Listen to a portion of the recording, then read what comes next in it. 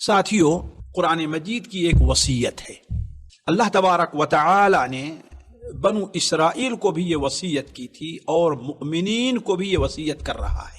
چنانچہ بنو اسرائیل سے متعلق سورہ بقرہ میں اللہ تعالیٰ نے کیا فرمایا؟ وَقُولُوا لِلنَّاسِ حُسْنًا، تمہیں اللہ کی عبادت کرنے، شرک سے بچنے، والدین کے ساتھ حسن سلوک کرنے کے ساتھ ساتھ ایک وصیت یہ بھی کی جا رہی ہے کہ وَقُولُوا لِلنَّاسِ حُسْنًا، لوگوں سے قول حسن سے پیش آؤ، اچھی بات ان سے کہو۔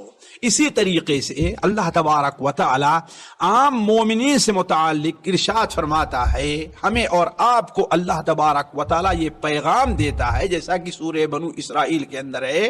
اللہ تعالیٰ اپنے نبی سے کہتا ہے کہ وَقُلْ لِعِبَادِي يَقُولُ الَّتِي هِيَ أَحْسَنُ، آپ میرے بندوں سے کہہ دیجئے کہ بات وہ کریں جو بڑی اچھی ہو۔ کیوں؟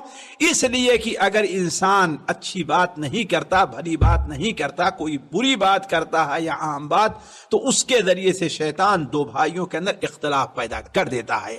اب سوال یہ ہے ساتھیوں کہ قول حسن ہے کیا، جس کی اللہ تعالیٰ بنو اسرائیل کو بھی اللہ نے وصیت کی اور ہمیں آپ کو بھی اللہ تعالیٰ اس کی وصیت کر رہا ہے، تو آخر وہ قول حسن ہے کیا؟ اہل علم اور علماء تفسیر کہتے ہیں قول حسن یہ ہے کہ جس میں دو خوبی پائی جائے۔ ایک خوبی یہ ہے کہ وہ ظاہر کے لحاظ سے بھی، حیت کے لحاظ سے بھی اچھا ہو، یعنی وہ بات ہو وہ نرم ہو، وہ بات ہو جو میٹھی ہو، وہ بات ہو جو سننے میں اچھی لگے۔ اس لیے کہ بسا اوقات ایک بات اچھی رہتی ہے لیکن ایسے انداز میں کہی جاتی ہے کہ لوگوں کو نہیں بھاتی۔ ابھی مجھے یہ بات یاد اس لیے آئی کہ ابھی پچھلے دن مجھ سے ایک صاحب کہنے لگے کہ فلاں ایک جو ہم مقرر ہیں اور کسی بڑی مبارک جگہ پر رہتے ہیں، ان کے درس میں ایک شخص حاضر ہوا اور آخر میں ان سے کہتا ہے آپ مجھے کوئی وصیت کر دیجئے، نصیحت کر دیجئے۔ تو وہ کہتے ہیں 1 گھنٹے تک تم نے میری تقریر نہیں سنی ہے؟ بات ہے سنی ہے، لیکن اگر کچھ خصوصی وصیت آپ سے چاہتا ہے آپ اس سے یہی کہتے بھائی چلو ٹھیک ہے نماز پڑھنا، یا ہم نے اپنے اس تقریر کے اندر جس بات پر زور دیا ہے ان میں سے یہ چیز بہت اہم ہے، تو وہ انسان خوش بھی ہو جاتا۔ تو کہنے کا مطلب بسا اوقات بات اچھی ہوتی ہے لیکن حیت کے لحاظ سے وہ اچھی نہیں ہوتی، دوسرے انداز سے کہی جاتی ہے۔ بات کیا ہو؟ میٹھی ہو، معنی کے لحاظ سے بھی اچھی ہو، یعنی وہ ایسی بات ہو کہ اس میں کوئی شریعت کی مخالفت نہیں ہے، اس میں کوئی گناہ کی بات نہیں ہے۔ تو جس قول کے اندر یہ دو چیزیں پائی جائیں گی اسے قول حسن کہا گیا ہے۔ وَقُولُوا لِلنَّاسِ حُسْنًا، اور یہ شریعت کی نظر میں بڑی اہم چیز ہے، بلکہ ایک حدیث کے اندر اللہ کے رسول صلی اللہ علیہ وسلم نے جہاں پر مسلمانوں کو یہ وصیت کی کہ اے لوگو اپنے آپ کو جہنم کی آگ سے بچاؤ، اگر تمہارے پاس زیادہ مال خرچ کرنے کے لیے نہیں ہے تو کھجور کا اگر آدھا حصہ، ایک ٹکڑا کھجور کا ہے وہ بھی صدقہ کر کے کرو، اور اگر کسی کے پاس یہ بھی صدقہ کرنے کے لیے نہیں ہے تو کیا ہے؟ فَبِكَلِمَةٍ طَيِّبَةٍ، اچھی بات کہہ کر کے۔ تو گویا اچھی بات کہنا لوگوں کو یہ جہنم سے بچاؤ کا ایک ذریعہ ہے۔ دوسری طرف قول حسن اگر پایا جا رہا ہے تو وہ جنت میں داخلے کا ایک بہترین سبب بھی بن سکتا ہے۔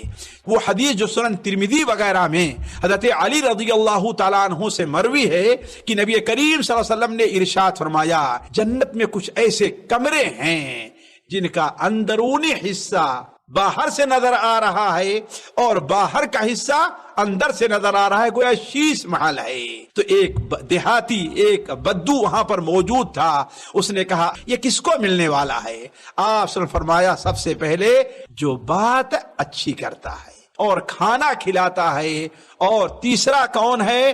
بڑا روزہ رکھتا ہے، اور چوتھا وہ شخص ہے جب لوگ سو رہے ہوں تو وہ اٹھ کر کے نماز پڑھتا ہے۔ اسی طریقے سے قول حسن گناہوں کی معافی کا بھی ایک بہترین ذریعہ بن سکتا ہے۔